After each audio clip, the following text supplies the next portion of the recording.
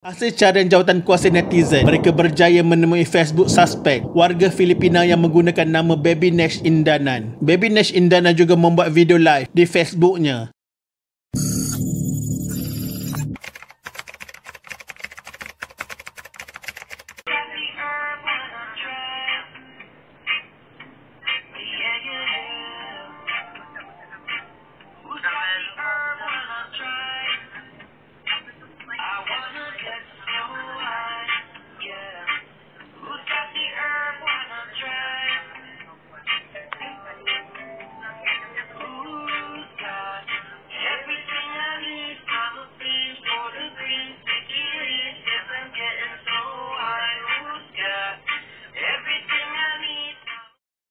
Pada 26 Mei 2019, satu laporan polis diterima berkenaan kehilangan seorang pemandu Grab yang dikenali sebagai Muhammad Hanafi Jaafar, berusia 27 tahun, dan kira-kira jam 12.30 malam Ahad, kereta mangsa ditemukan berhampiran Bazar Ramadan Indah Permai.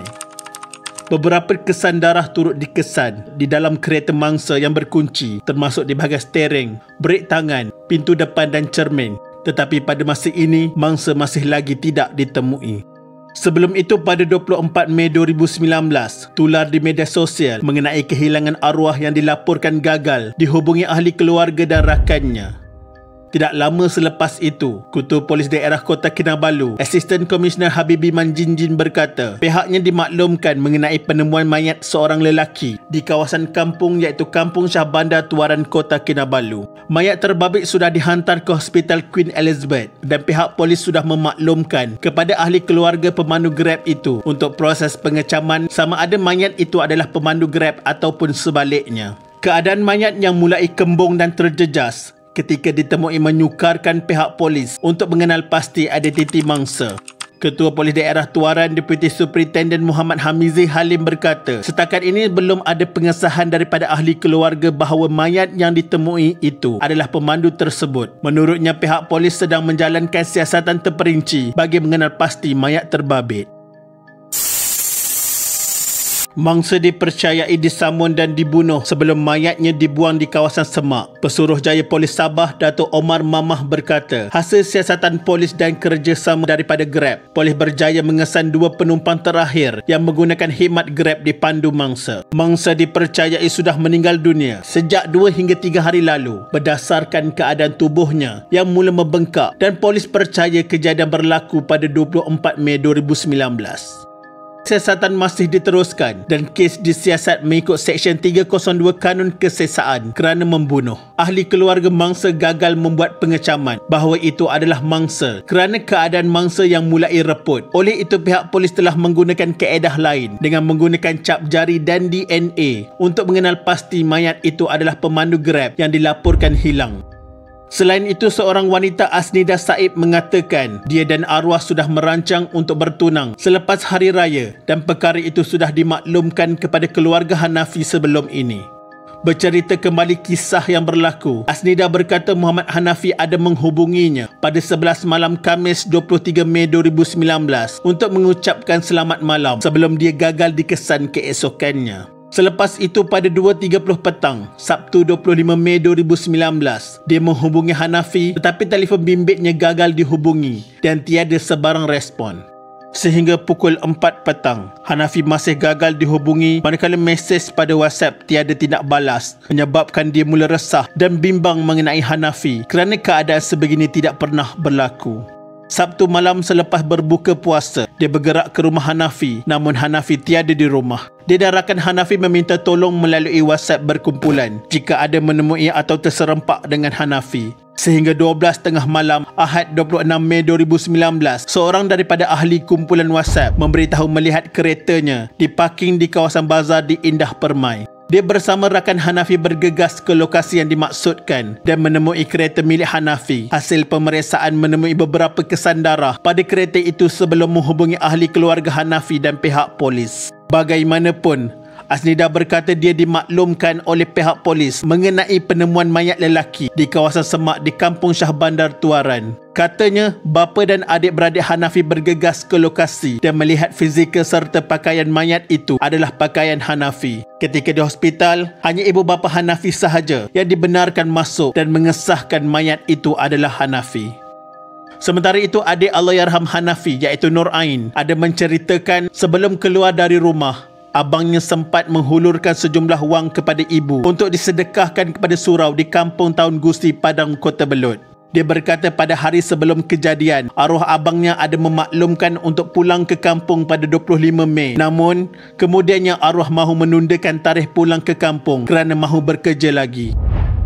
Pada 29 Mei 2019, jenazah Muhammad Hanafi Jaafar telah selamat dikebumikan di tanah perkuburan Islam Kampung Taun Gusi di Kota Belud. Jenazah Muhammad Hanafi dimandikan di Hospital Queen Elizabeth, Kota Kinabalu selepas disembahyangkan di tanah perkuburan Islam di kampung berkenaan. Kira-kira 150 penduduk termasuk ahli keluarga dan saudara terdekat hadir memberikan penghormatan terakhir kira-kira 7.30 malam. Suasana pilu mengiringi pemergian Muhammad Hanafi sebaik selesai solat jenazah bagi membolehkan ahli keluarga menatap wajah arwah buat kali terakhir. Pada awalnya keluarga mahu menyembahyangkan arwah di Masjid Jamek Kampung Taun Gusi, namun dibatalkan atas sebab lewat dan jenazah terus dihantar ke tanah perkuburan. Polis menahan dua lelaki yang dipercayai suspek utama dalam kes pembunuhan ini. Pesuruhjaya Polis Sabah Datuk Omar Mamah berkata, kedua-dua suspek berjaya ditahan di kawasan tempat letak kereta sebuah pusat membeli belah di Jalan Sulaman kira-kira jam 9.50 malam 27 Mei 2019.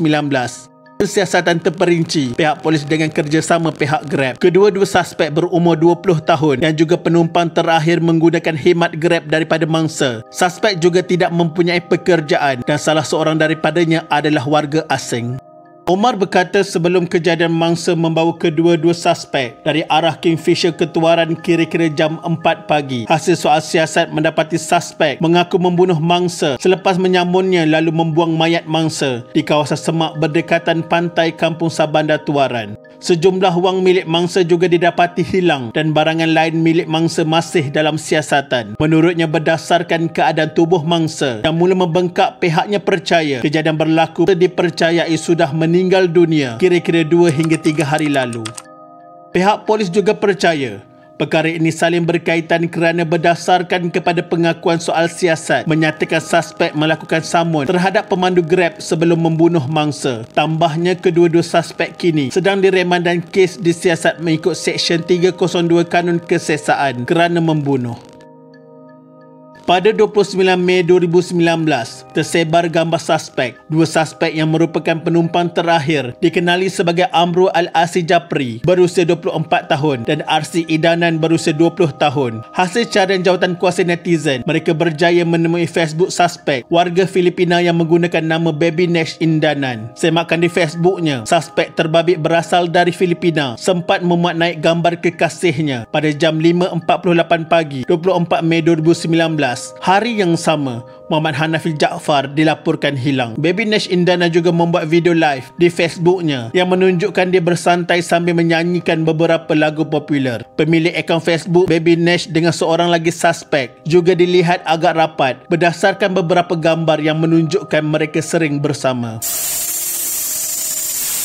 Pada 10 Jun 2019, kes ini dibawa untuk sebutan pertama di hadapan Majestic Jessica Amboka Kayun, Peguam Dominic Chiu yang mewakili tertuduh pertama bernama Amru Al-Asi Japri memohon untuk tertuduh dirujuk kepada Hospital Mesra di Bukit Padang untuk memeriksa sama ada dia layak untuk membuat pengakuan. Bagaimanapun mahkamah memutuskan bahawa mahkamah akan mempertimbangkan permintaan pihak pembelaan jika mereka dapat menunjukkan bukti kepada mahkamah iaitu kad temu janji tinjauan semula hospital bagi Amru yang menunjukkan sejarah lawatannya ke hospital.